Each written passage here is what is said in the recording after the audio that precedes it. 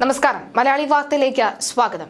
നമ്മുടെ നാട്ടിൽ അച്ഛനെന്നോ അമ്മയെന്നോ മക്കളെന്നോ ഭാര്യയെന്നോ സഹോദരനെന്നോ കാമുകിയെന്നോ കാമുകനെന്നോ ഒന്നും തന്നെ വ്യത്യാസമില്ലാതെ ദേഷ്യം തോന്നിയാൽ അപ്പം തന്നെ കൊന്നുകളയുക, അങ്ങനെ ഒരു നിലപാടിലേക്ക് കാര്യങ്ങൾ എത്തി നിൽക്കാൻ തുടങ്ങിയിട്ട് കാലങ്ങൾ കുറയായി.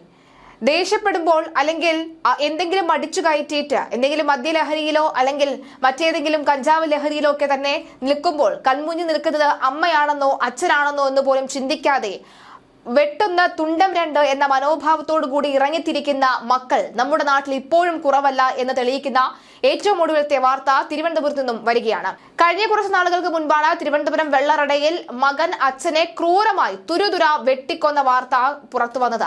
അന്ന് കേരളം നടുക്കത്തോടു കൂടിയാണ് ആ വാർത്ത കേട്ടത്. കാരണം 21 വെട്ടാണ് ആ അച്ഛന്റെ ശരീരത്തിൽ ഉണ്ടായിരുന്നത്. അച്ഛൻ മരിക്കുന്നത് കണ്ട് രസിച്ച മകന്റെ അടക്കം വാർത്തകൾ പുറത്തു വന്നിരുന്നു. പിന്നാലെ ബ്ലാക്ക് മാജിക് ഉണ്ടെന്നടക്കമുള്ള വാർത്തകളൊക്കെ തന്നെ പുറത്തു വന്നിരുന്നു. എന്നാൽ ഇവിടെ ബ്ലാക്ക് മാജിക്കോ കുന്തമോ കുടച്ചക്രമോ ഒന്നുമല്ല, കൃത്യമായ മദ്യലഹരിയിൽ ചോദ്യം ചെയ്ത അച്ഛനെ ഇവിടെ തലക്കടിച്ചു കൊന്നിരിക്കുകയാണ് മകൻ.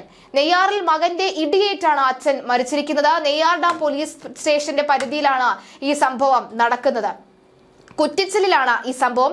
മദ്യലഹരിയിലായിരുന്ന മകൻ നിഷാദ് അച്ഛൻ രവിയുടെ നെഞ്ചിന് ഇടിക്കുകയായിരുന്നു. നെഞ്ചിൽ ഇടിയേറ്റ് വീണ രവിയെ ആശുപത്രിയിൽ എത്തിച്ചുവെങ്കിലും ജീവൻ രക്ഷിക്കാൻ കഴിഞ്ഞില്ല. കുറ്റിച്ചൽ സ്വദേശിയാണ് 65-കാരനായ രവി. മദ്യപിച്ച് വീട്ടിലെത്തി ബഹളം ചോദ്യം ചെയ്തതിനാലാണ് നിഷാദ് പിതാവിനെ ആക്രമിച്ചത്. നിഷാദിനെ പോലീസ് പിടികൂടിയിട്ടുണ്ട്. സ്വകാര്യ ആയുർവേദ ആശുപത്രിയിലെ ഡ്രൈവറാണ് നിഷാദ് എന്ന് പറയുന്നത്.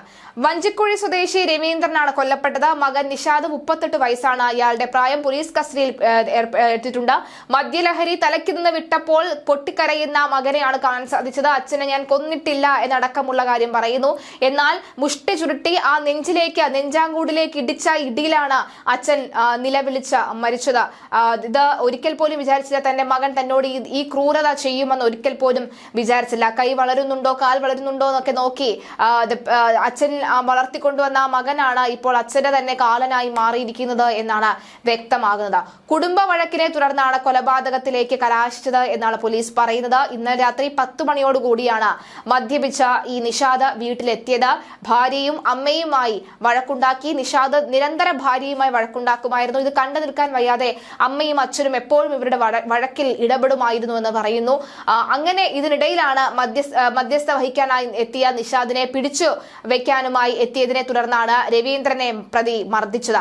12 മണിയോടെ രവീന്ദ്രൻ കൊല്ലപ്പെടുകയും ചെയ്തിരുന്നു.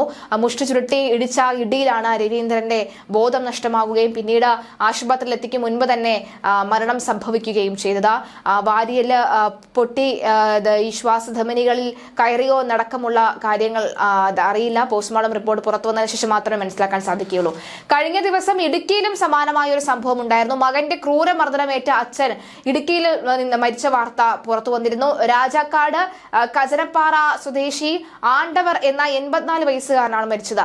മധുര മെഡിക്കൽ കോളേജിൽ ചികിത്സയിലിരിക്കെയായിരുന്നു മരണം സംഭവിച്ചത്. ആക്രമണത്തിൽ മകൻ മണികണ്ഠനെ പോലീസ് റിമാൻഡ് ചെയ്തിരുന്നു. ഓഗസ്റ്റ് 25-നാണ് ആണ്ടവരെ മണികണ്ഠൻ ക്രൂരമായി മർദ്ദിച്ചത്.